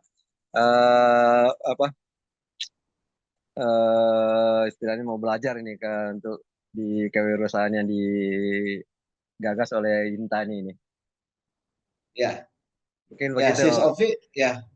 Ya, Sis, kita langsung jawab ya, Sis Ovi ya. Ya, langsung jawab saja, Bro. Iya. Ya, ini pertama terima kasih banyak nih baru ketemu tatap muka ini ternyata anggota Intani ini. Anggota Intani di Parepare. Dan saya juga sampaikan ke teman-teman anggota Intani dan juga anggota Gerbang Wirausaha Nusantara Pagi. Kami setiap minggu itu memang memiliki webinar ya, Intani Talk, yang narasumbernya adalah para petani berbagi pengalamannya. Jadi itu sangat menarik. Nah, kedua kami juga melakukan pelatihan-pelatihan khususnya di pertanian rendah karbon, pertanian berkelanjutan yang basisnya organik. Jadi apa yang tadi Pak Darmin sampaikan, kami bisa berkomunikasi langsung Pak Darmin nanti dengan tim dari Badan Pertanian Organik kami untuk implementasi pertanian ramah lingkungan untuk cabai. Nah, kebetulan kami memang saat ini sedang mengembangkan di Ngargogondo di Magelang ya, di Magelang. Ini juga di catnya ada sahabat kami ini ada Pak Mugianto ini, Pak Mugianto nanti juga Serda Mugianto, beliau ahli hortikultura. Kami sudah diskusi dengan kelompok tani di Magelang, itu di daerah Borobudur. Jadi mungkin Sis Endro yang ada di gerbang wirausaha juga akan kaget kalau tahu biaya budidaya cabai di Borobudur itu 1 hektar mencapai 200 juta. Iya kan? Hasilnya belum tentu bagus. Jadi biaya pupuk, biaya obat-obatan, biaya dan lain-lain itu hampir sampai 180, 190, sampai 200 juta. Dan sebagian besar di sana banyak yang gagal. Karena apa? Tanahnya sudah jenuh, sudah kebanyakan kimia, sehingga produktivitas cabainya menurun dan mudah diserang hama. Nah, obat-obatan itu banyak sekali. Saya hitung mereka mengeluarkan 190 juta per hektar. Nah, petani binaan kami di Ngargogondo namanya Dadi Mulyo ya, nama kelompok taninya anak-anak muda atau anak-anak milenial di sekitar daerah wisata Borobudur di banyak Balkondes. Di sana mengembangkan pertanian organik yang pupuk, kompos, enzimatik dan semua yang terkait dengan pestisidanya dibangun secara organik. Hasil pelatihan kami dan hasil juga program sertifikasi BNSP di pertanian organik.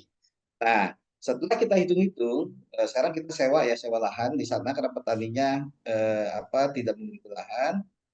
Hektar itu sewa nggak murah juga, itu sekitar 20-an juta. Kemudian kita hitung-hitung biaya menggunakan organik untuk lahan yang agak ekstrim seperti yang terjadi di Ngargogondo itu biayanya bisa separuhnya dari biaya pertanian konvensional. Jadi kalau Pak Darmin mengembangkan organik saat ini, itu biayanya jauh lebih murah. Sementara harga jualnya punya potensi lebih mahal. Nah, jadi kalau para petani lari ke organik, ini adalah peluang bisnis yang sangat besar. Tetapi memang membuat pupuknya harus terstandarisasi, kemudian berkonsultasi dengan beberapa pengalaman sharing gitu ya, dengan yang sudah terjun ke sektor-sektor itu gitu kan. Dan biasanya juga untuk proses transisinya tidak langsung 100% organik. Mungkin sebagian dulu kimianya dikurangi, ditambah organik, sampai unsur hara tanahnya normal kembali. Normal. Nah, yang terjadi sekarang memang rusak unsur haranya. Nah, itu Pak Darmin. Jadi untuk itu pertama tiap Rabu diikuti webinarnya kita, kemudian kedua untuk konsultasi bisa kapan saja nanti teman-teman akan melayani untuk konsultasi tentang pertanian organik. Jadi tinggal WA nanti ke nomor hotline-nya Intani kan ada, nanti tinggal diaturin jadwalnya, gitu kan. Silakan Pak Darmin dan teman-teman dari Pak, Nusantara. kenapa saya berani langsung ke organik? Karena lahan itu lahan baru, Pak Ketua betul. Ya. Baru belum ditanami sama sekali, jadi saya buka itu hutan, saya buka. Oh iya. Kalau hutan itu ya nanti teman-teman nanti saya akan minta Serda Mugianto ini Jenderal Hortikultura ini. Jadi ini Sis Ovi, beliau ini dapat penghargaan dari Panglima TNI Pak Mugianto ini karena beliau mengembangkan hortikultura dan membina masyarakat. Jadi kalau nanti dikasih kesempatan beliau sharing ini 1-2 menit gitu kan, sesuai pengalamannya ini kan. Kalau di chat ini pertanyaan ini. Nah, tapi pertanyaannya sebenarnya dia bisa jawab sendiri nih. Silakan Pak Mugianto sambil menambahi apa yang saya sampaikan tadi terkait dengan organik ya, dan juga beberapa hal yang ditanyakan di chatnya Pak Mugianto. Saya manggilnya Pak Jenderal ini dulu karena dia mengembangkan lengkeng dan sukses ini. Silakan. Silakan, selamat malam. Ini dari Magelang ini. Selamat malam, Serda Mugianto. bisa on cam dan juga bisa dibuka mikrofonnya di malam hari ini. Ya, selamat malam Pak Guntur, terima kasih. Ya, mohon maaf ini Malam. kita mungkin dari sinyalnya kurang karena kita perjalanan mau ke Jakarta, ke Mabes TNI juga. Di sana kita pengembangan kawasan strategis buah. Jadi kita akan Wes, keren. Siap. pengembangan di kemarin juga di mana di Purwakarta kita pengembangan 200 hektar untuk penanaman tanaman buah juga. Demikian, mohon maaf ini dalam perjalanan kita. Oke, terima kasih Serda Mugianto. Masya Allah ya dalam perjalanan. Semoga selamat sampai tujuan, Bro Oke, Ya, siap. di malam hari ini. ya, hati-hati perjalanan ini luar biasa. Jadi Serda Murgianto ini dapat tugas dari TNI. Beliau menjadi salah satu motor untuk membangun ketahanan pangan dan Oh, Masya Allah. Siap. mendampingi masyarakat sangat banyak. Sangat banyak. Jadi dedikasi beliau ke pertanian ini sangat luar biasa. Kami sangat mengapresiasi dan sudah diundang kemana-mana nih, ke istana kemana dan sangat luar biasa. Nah, terkait pertanyaannya ini saya bacakan eh, dalam rangka pengembangan kawasan strategis buah lokal Indonesia juga Kementerian akan buah sesuai dengan program pemerintah kita di Jawa Tengah untuk mengembangkan dalam satu hektar kawasan minimal 1.000 hektar terkendala lahan. Mohon izin, Bapak punya lahan sangat luas adalah PTLPN dan Perum Perhutani. Apakah bisa dibantu? Nah, ini sangat menarik. Jadi ada beberapa lahan yang saat ini belum produktif atau sudah tidak produktif karena tidak di replanting ya lahannya. Nah, ini mestinya bisa dikerjasamakan dengan para inovator seperti Pak Mugianto tadi, gitu kan? Apalagi beliau sudah banyak pengalaman dan ini PTPN 9 ya kalau Jawa Tengah ini. Ini perlu kita jajaki ini. Tapi kalau Pak Mugianto sudah datang ke Mabes, nanti dari Mabes juga sudah bisa menjajaki juga ini untuk kerjasama dengan PTPN lahan yang tidak produktifnya, lahan yang tidak terkelola dengan baiknya ini bisa ditanami tanaman buah dan kemudian dirawat menjadi satu produk yang bisa memenuhi kebutuhan nasional kita. Nah, saat ini menarik karena pemerintah Pak Prabowo ini mengurangi impor, jadi serapan buah lokal itu sangat tinggi. Jadi kalau kita misalnya mengembangkan lengkeng, mengembangkan alpukat khas atau alpukat jenis lain, mengembangkan duren, ini sangat luar biasa. Bahkan kemarin saya ada permintaan nangka. Nangka meminta per minggu itu sekitar 20 ton ya, 20 ton nangka. Harga pasar sekarang nangka harganya di atas duren. Ini sangat luar biasa ini. Tapi ternyata nyari nangkanya nggak mudah, karena nangka ini dulu banyak sekali di masyarakat ya. Jadi potensi pasar untuk sektor pertanian ini sangat besar. Itu kan sangat besar. Nah, bayangkan sekarang harga nangka per kilo bisa 80.000. Itu sudah mahal, lebih mahal daripada durian lokal. Gitu kan, durian lokal. Nah, artinya peluang-peluang untuk menanam pohon-pohon buah ini sangat besar. Begitu pula alpukat, begitu pula lengkeng ya. Lengkengnya itu apalagi yang dikembangkan Pak Mugianto ini lengkeng yang bisa diatur musim panennya, sehingga lengkeng ini bisa panen tiap bulan. Nah, sehingga kebutuhan atau suplai akan lengkeng ini bisa terjaga secara stabil. Nah, ini adalah salah satu teknologi di sektor pertanian yang dikembangkan di bioteknologi, bagaimana mengembangkan pertanian secara terjadwal gitu kan itu. Sehingga apa? Kalau kita ingin makan lengkeng nggak usah lagi nunggu musim lengkeng. Setiap bulan itu sudah bisa diproduksi. Makasih Jenderal, ini luar biasa ini kontribusinya terhadap pertanian nasional kita dan terima kasih banyak juga sudah mendampingi kami bersama kelompok tani di Ngargogondo, Borobudur, Magelang.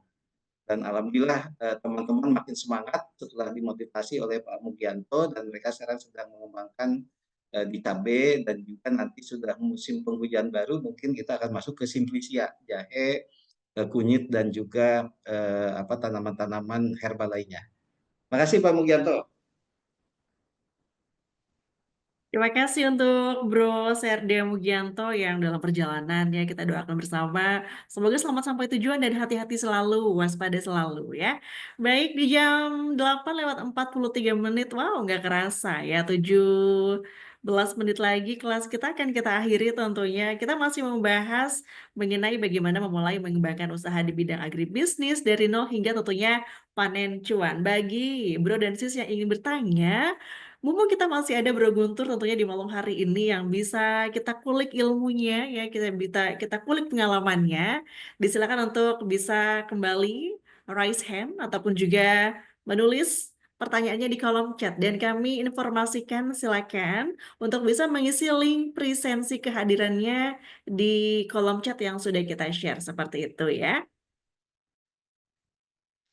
Jadi tak lupa kami juga ucapkan terima kasih untuk seluruh partisipan yang sudah bertanya dari mulai Bro Julius, Bro Aidil, Bro Insan, Bro Winnie Miko, Bro Dimas dari Madali Bumi Nusantara, Ahmad Rosadi dan Bro Serda Mugianto ya yang terakhir tadi bertanya. Saya lagi untuk Bapak Ibu sebelum nanti kita tutup kelasnya, mumpung masih ada waktu 15 menit lagi yang ingin bertanya kami persilakan.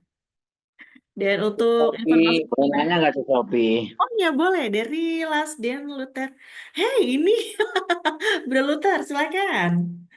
Ya, Om Guntur, saya kan ingin sih coba kembangin semacam pertanian di rumah gitu ya. Karena kebetulan ada teman Bro, tuh bikin jamur apa namanya ya, jamur ya, jamur apa tiram. budidaya jamur. Ya, itu bisa dikasih gambar nggak sih Om Guntur mulai dari proses kita pembibitan sampai dengan panen itu berapa lama kemudian siapa kira-kira di sini untuk kita penjualannya ya katakanlah bayarnya itu. Makasih Om Guntur. Ya, jamur tiram ya. Iya, kalau nggak salah yang putih-putih gitulah. Saya kebetulan pernah lihat temen Ya, tuh dikembangin di rumah gitu di garasi. Kayaknya menarik iya juga. ya. Betul betul. Itu bisnis yang sangat menarik ya. Jadi eh, kita sebenarnya ada binaan kita di Jogja ya. Dan saya nggak tahu apakah ikut nggak namanya Padaliman. Ini dia membangun apa pertanian jamur tiram di rumahnya. Awalnya dia membangun urban farming cafe, kemudian ke jamur tiram. Ini di Kalicode. Kalicode itu kalau di Jogja ini daerah terpadat. Daerah terpadat di mana halaman rumahnya terbatas, tetapi dia bisa mengembangkan ini. Dan sekarang sudah ekspansi ke daerah Kasongan di Bantul. Dan pasarnya sangat besar. Nah, jamur tiram ini kalau untuk pembudidaya awal itu membeli dalam bentuk bibit ya, backlog. Jadi Iya betul. bibitnya sudah dibungkusin pakai plastik-plastik gitu Betul, kan. betul, betul. Dan ini Betul. bisa kalau ditata cara apa stoknya, cara apa budidayanya, ini panennya bisa dibikin tiap hari gantian. Dan investasinya murah. Ya bukan murah, relatif murah ya. Relatif murah. Bisa dimulai misalnya 1.000 backlog, mungkin modalnya cukup 2,5 juta gitu ya. Itu Oh, sebenarnya oke, ini oke. kemudian nambah lagi, nambah lagi. Nah, tapi ketika panen itu harga jamurnya sendiri itu kan sekilo bisa 15 ribuan, gitu kan bisa Oh, ribuan. Jadi ini bisnis yang menggiurkan dan kita memerlukan lahan yang lebih luas. Dan pasar jamur itu besar, pasar lokal banyak. Jadi dari pengalaman sahabat kita di Jogja itu, dia memenuhi kebutuhan kafe-kafe yang ada di Jogja. Jadi yang tadinya di Kalicode di rumah kemudian mengembangkannya sekarang sudah sampai ke Bantul. Jadi kita mengembangkan dan mereka pasarnya sudah pasti. Jadi udah banyak yang pesan nyamperin. Akhirnya oke. nambah lagi, nambah lagi, nambah lagi. Nah, Bro Luther di mana ini? Di Jakarta atau di mana? Di Depok, di Depok. Oh, di Depok. Nah, kalau di Jabodetabek pasarnya jauh lebih besar lagi. Jauh lebih besar lagi. Nah, nanti jualan lewat sosmednya Gerbang Wirausaha Nusantara aja, antri itu yang beli itu. Antri yang beli. Tapi ilmunya belajar dulu. Nanti saya kasih kontak lewat apa Gerbang Nusantara ya. Nanti Gerbang Wirausaha saya share kontaknya, bisa komunikasi langsung dengan petaninya langsung yang memulai dari nol, yang basicnya bukan petani. Jadi Baik, baik. apa ini bisa bisa punya tips yang mungkin bisa diikuti oleh teman-teman. Nah, pengalaman-pengalaman sharing betul yang sebenarnya yang mengefektifkan para petani apa siapapun yang mau terjun ke pertanian bisa bisa sharing dan berbagi. Saya nggak tahu tadi sih Japri saya katanya mau gabung ya apa Bro Daliman ini. Ada di sini nggak Daliman ini? Dari Jogja.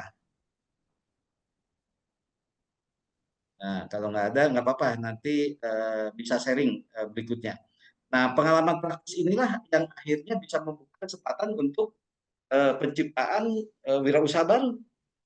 Wirausaha baru itu bisa di garasi, bisa di tempat-tempat yang apa artinya tidak perlu di lorong-lorong gitu ya. Di apa itu bisa gitu. Dan umumnya juga mereka organik ya, jadi organik. Saya udah nyobain jamur tiramnya itu dipetik langsung dimakan. Ternyata ya memang kalau organik fresh lah, lebih sehat dan lain-lain. Jadi di sana brandingnya adalah jamur tiram Mataram karena dari Jogja. Jadi cukup menarik gitu kan. Nah kalau ada beliau di forum ini bisa sharing ya, Ovi ya. Tapi kelihatannya belum ada ini. Menarik, Bro Luther ya. Kita tunggu implementasi niatnya ini. Baik, kita tunggu juga infonya ini apa Om Guntur, karena kebetulan saya lihat kayaknya itu yang cocok untuk rumahan, saya lihat kayaknya Oh untuk iya, ya salah satu itu dan pasar pertanian di besar. rumah. Siap.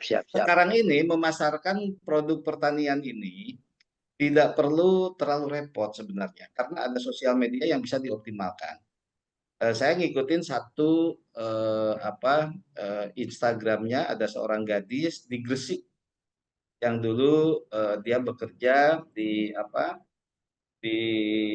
di bioskop ya, di bioskop, di tiketing bioskop, masih muda, masih ini, kemudian dia shifting terjun ke pertanian di kampungnya Gresik dan pertaniannya itu khusus bawang, brambang, khusus bawang. Bang ya. Dan dia kembangkan sendiri gitu kan, dan dia main juga di sosmed. Itu setiap hari pasarnya udah ini. Pokoknya update tiap bulan itu update-nya beli tanah baru, beli tanah baru, beli tanah baru. Karena jualannya lewat sosmed. Kalau sosmed ini langsung ke konsumen langsung sehingga harganya bisa tinggi. Dan dia aktivitasnya direkam. Nah, sekarang ini untuk menjual barang ini strategi marketing baru ya. Tidak lagi kita menjual dengan yang menarik bagi konsumen itu bukan hanya sekedar diskon. Harga lebih murah bukan hanya itu. Tapi yang lebih menarik bagi konsumen itu adalah story dari prosesnya. Jadi experience itu menjadi satu nilai tambah sehingga konsumen nggak lihat lagi harga. Dia melihat oh ini ada sesuatu yang dilakukan oleh anak muda yang akhirnya memiliki daya tarik tersendiri. Atau kita membina orang. Jadi ketika kita bekerja dan manfaatnya memberikan dampak yang luas buat masyarakat banyak, ini juga akan menjadi daya tarik bagi konsumen. Jadi banyak cara sekarang yang bisa dilakukan. Ya, paling mudah ya sosmed itu. Sosmed kan relatif gratis ya, tanpa modal bisa dilakukan. Bagaimana optimalkan strategi pemasaran produk-produk pertanian lewat sosmed. Dan pemesanannya keluarga, umumnya juga pola pengemasannya kan lebih simpel, gitu kan, ke konsumen langsung. Nah kalau jamur mungkin dikirim secara segar, mulai dari pasar Depok dulu, kemudian merambah ke Jakarta Selatan, merambah ke Bogor, gitu kan. Nanti kalau udah ada permintaan yang di Banten itu buka cabang, gitu. Ini potensi besar ini. Gitu. Nanti Sis Ovi juga mungkin akan ikut itu memasarkan produknya Luther nanti. Keren. Baik. Satu lagi Om Guntur, satu lagi.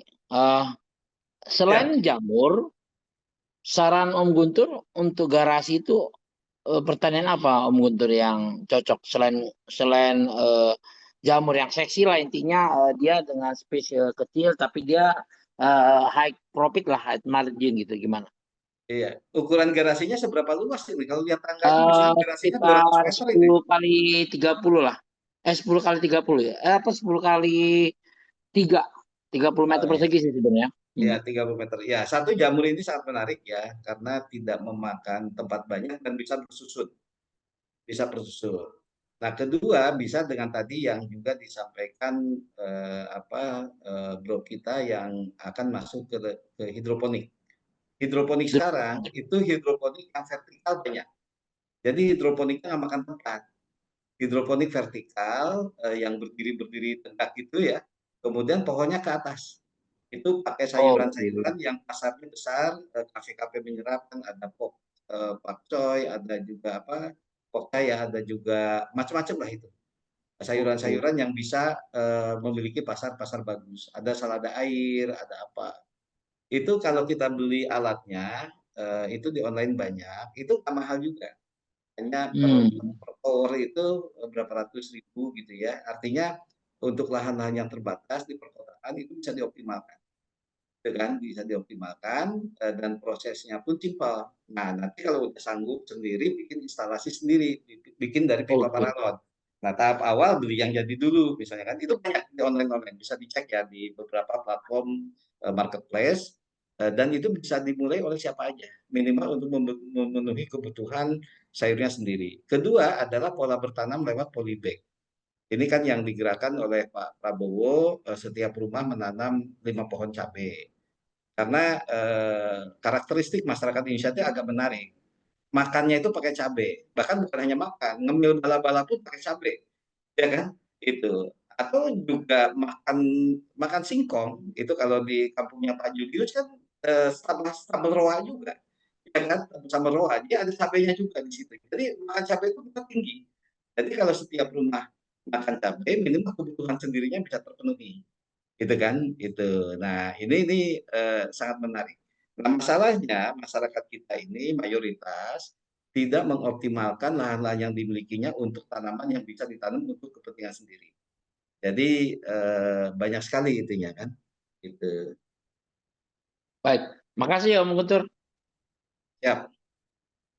Baik, terima kasih Sukses ya Bro ya. Profesor ya. Bulan depan kita Amin. tunggu itu hasil itunya, implementasi dari jamurnya. Amin, siap. Kita coba eksekusi. Siap. Semangat Terima kasih, Bro Luther ya. Oke. Ya. Terima kasih sudah bergabung Bro Luther. Bro Guntur, ini sepertinya akan menjadi pertanyaan terakhir dari Sis Jessica. Om Guntur, kalau untuk pemasaran tempe, bagaimana baiknya ya? Saya Jessica dari Palembang. Terima kasih. Jessica ya, ini ada di chat ya. Ya, Tempe. betul. Wah, ini kalau di Palembang khasnya pempek kan? Ini tempe malah ya. Ya, nah tempe ini menarik. Jadi kita menghadapi ini kalau kita menarik ke isu global ya, isu pangan global. Tempe yang kita produksi ini kan tempe kedelai. Indonesia ini ketergantungan pada kedelai impornya itu sangat tinggi. Jadi 97% kedelai di Indonesia ini adalah impor. Bagian besar dari Amerika Serikat. Gitu kan. Nah, para pengrajin tempe saat ini sangat tinggi ketergantungan pada bahan baku impor ini. Sehingga pada kondisi tertentu bahan baku ini mengalami kelangkaan karena misalnya seperti kemarin pandemi atau harga-harganya tinggi itu. Nah, kita perlu melakukan satu strategi ya restitusi impor. Jadi semua komoditas yang basis impornya tinggi ini harus bisa dikurangi oleh produk nasional. Nah, di Jawa dulu dikenal tempe itu bahan bakunya kacang koro. Ya kan, kacang koro. Ada juga dari kedelai lokal, tetapi para pembuat tempe, pabrik tempe katanya kedelai lokal ini kurang bagus ya untuk tempe. Nah, tantangannya adalah bagaimana para petani di hulu bisa melahirkan kedelai atau bahan baku tempe lainnya. Nah, sementara bagaimana cara memasarkan tempenya, ini juga hal yang sangat menarik nih, Jessica ya. Jessica terjun ke ini. Nah, berarti apa? Apa sih yang harus dibikin khas dari tempe Jessica ini? Apa bedanya tempe Jessica dengan mendoan yang ada di Jawa, atau tempe kemul yang ada di Jawa, atau tempe Bandung ya, tempe yang siap digoreng gitu kan, atau tempe bacem, atau tempe Palembang, ya kan? Saya nggak tahu apa di Palembang tempenya rasanya seperti pempek misalnya kan, atau apalah yang ini. Jadi kita harus memproduksi satu produk yang ada diferensiasinya. Misalnya tempe ini organik, gitu ya. Organik ini tentu bisa di branding. Bagaimana tempenya itu ini. Atau bisa juga bikin produk tempe yang bentuknya nggak selalu kotak kan. Kan tempe juga boleh bulat kan. Tahu aja udah ada tahu bulat kan. Itu kan, ya kan? Itu. Nah, strategi pemasarannya tentu seperti tadi. Kalau strategi pemasarannya, kita saat ini sangat mudah memasarkan apapun lewat sosial media. Nah, kalau misalnya ada story, misalnya tempe ini diproduksi dari hasil panen kedelai lokal. Nah, itu story-nya yang dijual. Story-nya itu menjadi materi untuk promosi. Sehingga itu akan memiliki daya tarik buat konsumen. Nah, kalau udah konsumen tertarik, itu tidak lagi melihat harga. Atau kami menjual tempe tapi kami memberdayakan sekian petani, gitu kan, yang memproduksi kedelai, atau kami memberdayakan sekian pekerja, atau kami menyisihkan 10% dari hasil penjualan ini untuk beasiswa anak-anak nggak mampu dan lain-lain. Nah, ini adalah strategi-strategi marketing yang saat ini diperlukan, dan konsumen ini saat ini tidak melihat hanya sekedar produk, tapi dia membeli itu karena ada dorongan lain yang bisa menyentuh hatinya, dan cara begini ini akan menjadi konsumen yang loyal, gitu kan, itu. Nah, mungkin itu masukan dari saya ya, Jessica, karena saya belum tahu juga jenis tempe yang dipasarkannya apa, tapi secara umum mesti ada diferensiasi yang khas apa yang memang diproduksi dari tempe Sis Jessica ini. Itu Jessica, silakan kalau ada tanggapan atau ada penjelasan tambahan sebelum Sis Opi mau menutup jam berapa? 9 ya kita ya? Oke, waktu kita sampai jam 9 ya, Bro Guntur Ya, ya. ya. Saya lagi di malam hari ini tentunya kami mewakili dari Gerbang Wirausaha dan juga tentunya Wiwar Academy mengucapkan terima kasih untuk seluruh Bapak Ibu, Bro dan Sis partisipan yang 2 jam lalu telah bergabung di kelas kuliah Wirausaha Agribisnis bersama Bro Guntur Subagja Mahardika. Sekali lagi kita berikan applause yang paling semangat untuk narasumber kita di malam hari ini.